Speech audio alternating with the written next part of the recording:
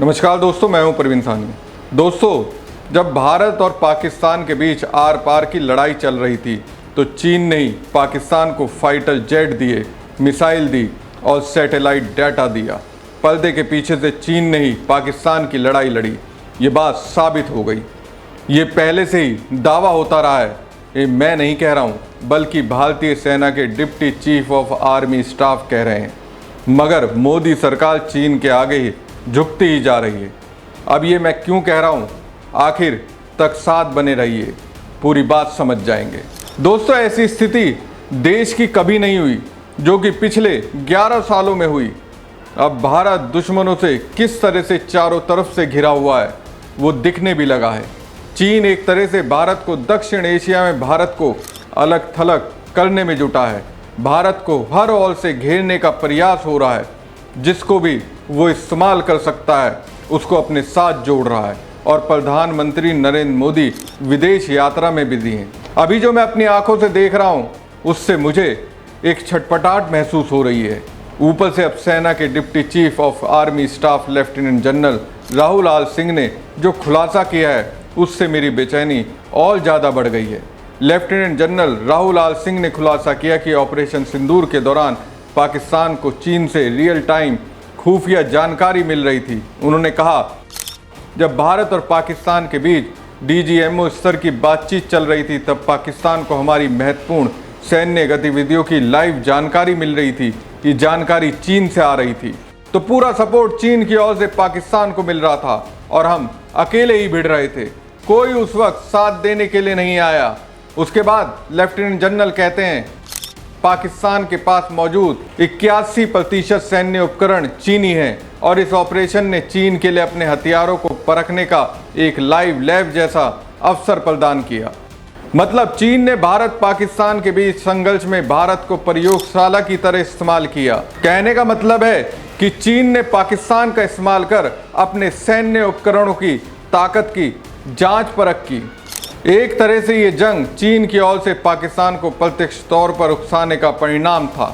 Lieutenant general Rahul Lal Singh ने बताया कि तुर्की ने भी पाकिस्तान को ड्रोन और अन्य सहायता प्रदान की थी। तुर्की ने बायक्तर जैसे ड्रोन और प्रशिक्षित लोगों को युद्ध के दौरान उपलब्ध कराया। लेफ्टिनेंट जनरल राहुल लाल सिंह के मुताबिक भारत को 3 मोर्चे पाकिस्तान, चीन और तुर्की से एक साथ निपटने की चुनौती का सामना करना पड़ा।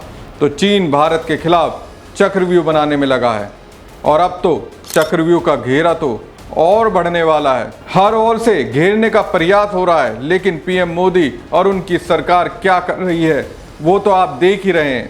तो पूर्व रक्षा मंत्री जॉर्ज फर्नांडिस जो कहा करते थे कि भारत का सबसे बड़ा दुश्मन चीन है, वो कहीं से भी गलत नहीं थे।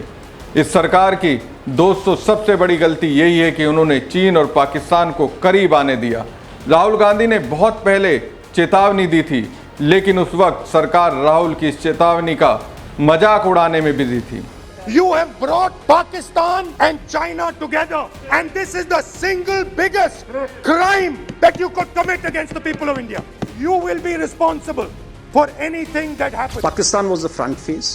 We had China providing all possible support, and it's no surprise because if you were to look at statistics, in the last 5 years, 81% of the military hardware that Pakistan is getting is all Chinese, 81% of that. Pakistan और चीन को दूर रखना भारत की विदेश नीति का सबसे बड़ा लक्ष्य होना चाहिए था, लेकिन मोदी सरकार इसमें फेल हो गई।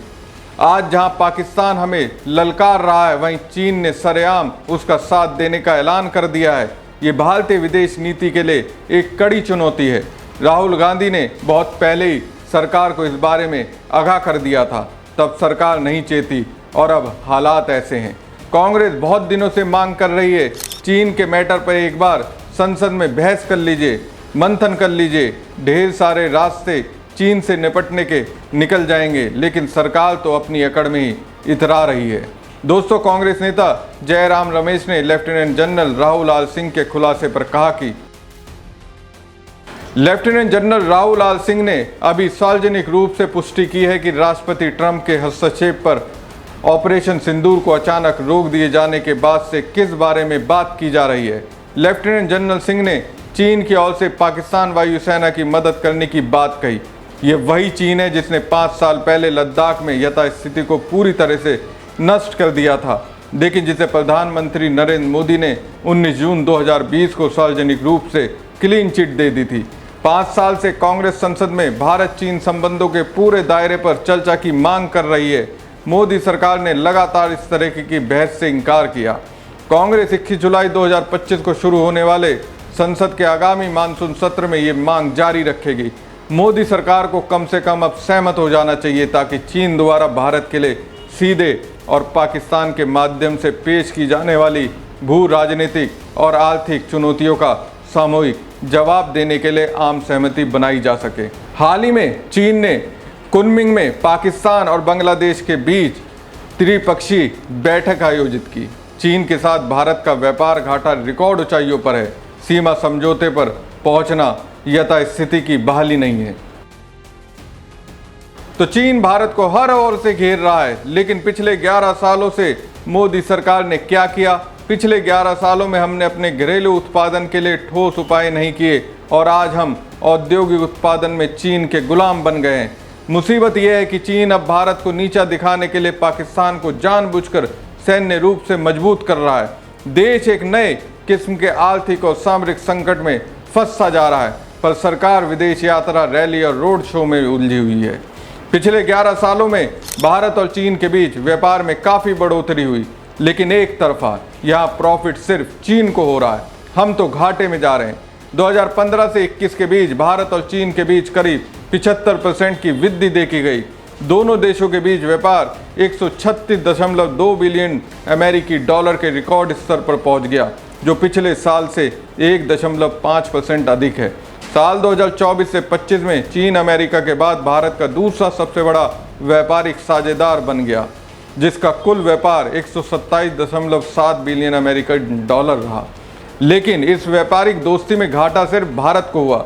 ऐसा इसलिए मैं कह रहा हूं क्योंकि भारत का चीन को निर्यात 14.3 बिलियन डॉलर है और चीन से आयात 113.5 बिलियन डॉलर था। इसका मतलब है कि भारत का चीन के साथ व्यापार घाटा 99.2 बिलियन डॉलर था। पिछले एक दशक में भारत चीन व्यापार 4 गुना बढ़ गया है। हालात ये हैं कि चीन की मदद के बिना भारत में हम आज दवाई तक नहीं बना सकते। हमारा ऑटो और इलेक्ट्रॉनिक उद्योग ठप हो जाएगा। हम सस्ते मोबाइल और अन्य जरूरी उत्पादन के लिए मोहताज हो जाएंगे। अब ये सब क्यों हुआ? क्योंकि पिछले 11 सालों में हम अपने देश में बुनियादी स्ट्रक्चर पर ध्यान ही नहीं दे पाए। जो चेतावनी कांग्रेस नेता राहुल गांधी ने बहुत पहले पीएम मोदी को चीन को लेकर दी थी, अब वही चेतावनी लेफ्टिनेंट जनरल राहुल लाल सिंह ने इनडायरेक्टली सरकार को दी है। हमारी खबर आपको कैसी लगी कमेंट बॉक्स में कमेंट करके जरूर बताएं। साथ ही पेज को ज़्यादा से ज़्यादा लाइक और शेयर कीजिएगा। धन्यवाद। The single biggest, you can ask anybody who understands, the single biggest strategic goal of India's foreign policy has been to keep Pakistan and China separate. This is fundamental for India. And what you have done is you have brought them together. Today, do not be under any illusion. Do not underestimate the force that is standing in front of you. Do not underestimate the power that stands in front of us. Do not underestimate it. You have brought Pakistan and China together, and this is the single biggest crime that you could commit against the people of India. China has a clear vision, and I can clearly see, without any confusion in my mind, that China has a plan. China has a plan.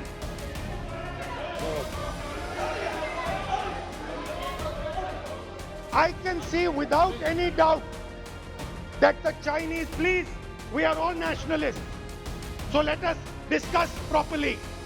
I can see that China has a clear-cut plan. The foundations of their plan have been put in place in Doklam and in Ladakh. Do not underestimate what we are facing. This is a very, very serious threat to the Indian nation.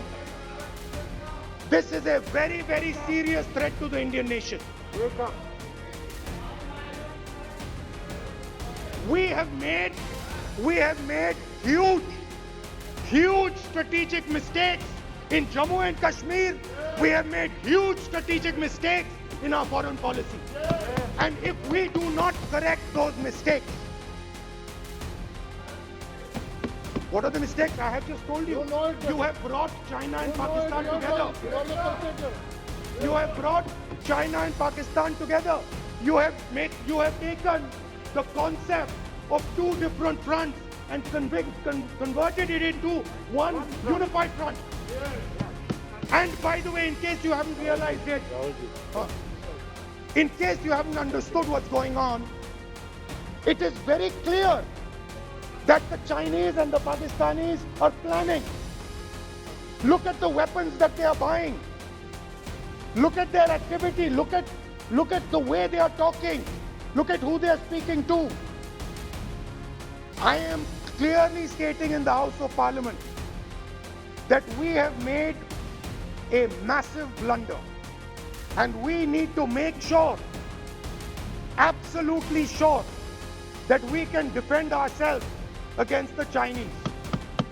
Please remember what I'm saying, because the Chinese will act.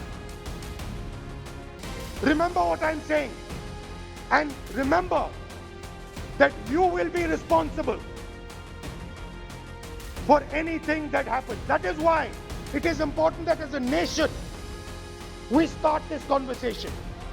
It is important as a nation that you listen to what we say, because we have experience, we have understanding. You might not think so, but we have people on this side who understand these things, have great understanding. Use us.